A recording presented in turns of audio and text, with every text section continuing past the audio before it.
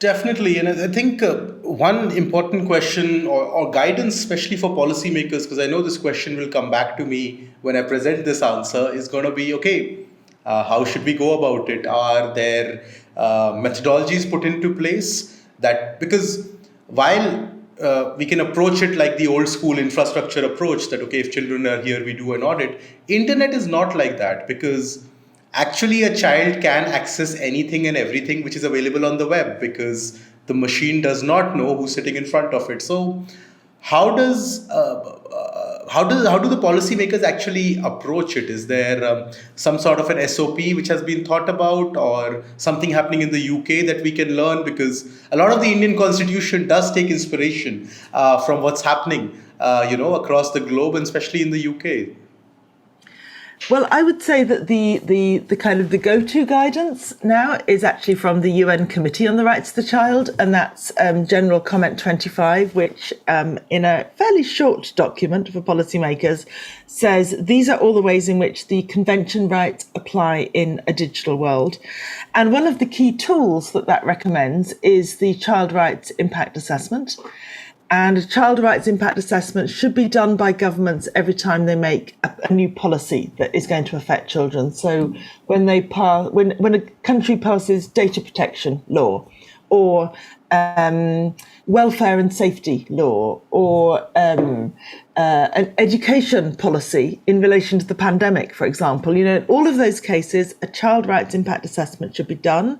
So before we give children internet access to learn during the pandemic, we say, so what are the risks with this? Or what are the privacy implications of this? Or what are the equality implications of this? Because children live in different... So we always have that stop and think moment before the policy, which says, what do we know about child rights and what can we do to make sure this goes well, not badly?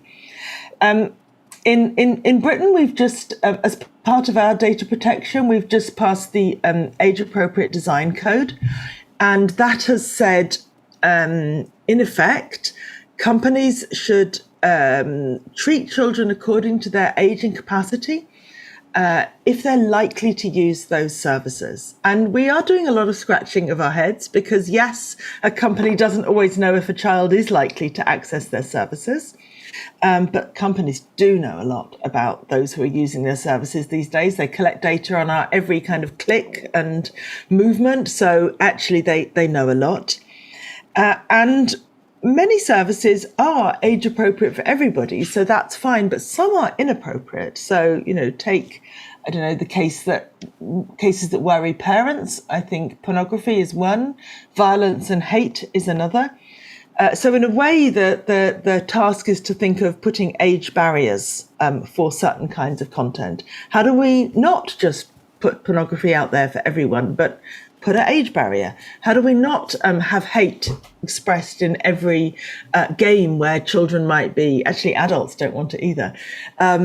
So we begin to put up some age barriers, and we begin to operate our terms and conditions better. So if the terms of service are, this is, we have community standards, this is a place where we have moderation, maybe more investment in moderation will be needed to address some of the problems that we know are there.